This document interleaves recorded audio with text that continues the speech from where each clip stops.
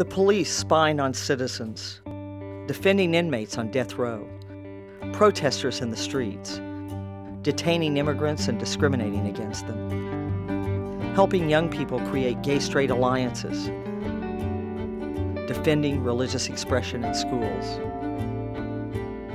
We have seen it all in 75 years of defending the Constitution and civil rights in our state. We are the ACLU of Texas, a maverick organization since 1938.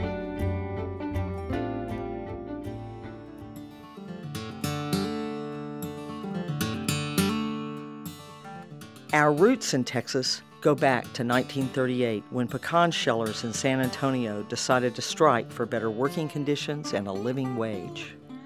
The people, the pecan shellers, the workers, were living in such deplorable conditions that they were dying. When the shellers, who were mostly women, took to the streets with their leader, 21-year-old Emma Tenayuka, the police responded with force.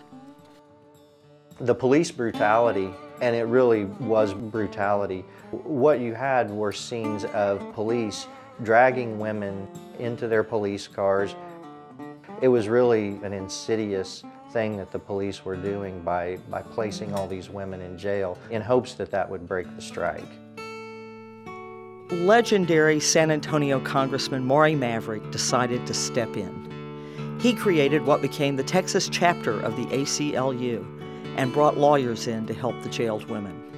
And the ACLU distributed a pamphlet across the state to win public support for the shellers.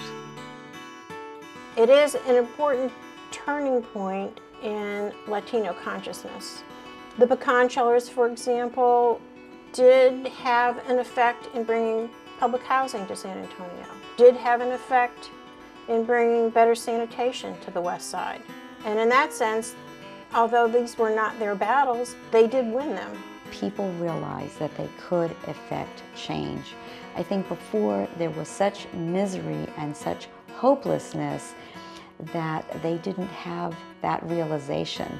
And once you realize you have that, things are never the same. Since that strike 75 years ago, the ACLU of Texas has continued to stand up for Texans across the state.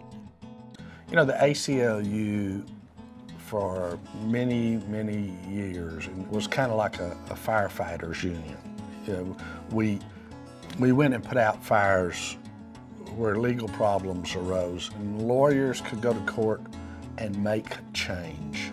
ACLU in Houston did a lot of the police misconduct litigation. People who wanted to hand out leaflets protesting the war. Santa Fe School District case dealing with school prayer. Prison overcrowding and jail overcrowding was a major lawsuit. There were also cases that involved getting on the ballot. More recently, the ACLU has been fighting to end harsh criminal justice policies that harm our citizens and our pocketbooks. We have been advocating for immigrants who have been unconstitutionally detained and discriminated against by our cities and by our state. And we have been standing up for young people who want their schools to recognize their civil liberties, building a new generation of activists who need our help to claim their rights and responsibilities. And you can see that from the pecan pickers of San Antonio up to today, when we represent the Hispanics in Farmers Branch or the immigrants in Hutco that are being improperly handled by our government, it's been a steady progression of making things better for the least of our citizens. The ACLU hopefully will last as long as the Constitution.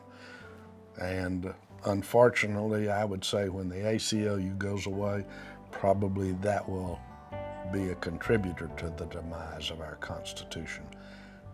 It's a constant battle to ensure the rights that it sets forth.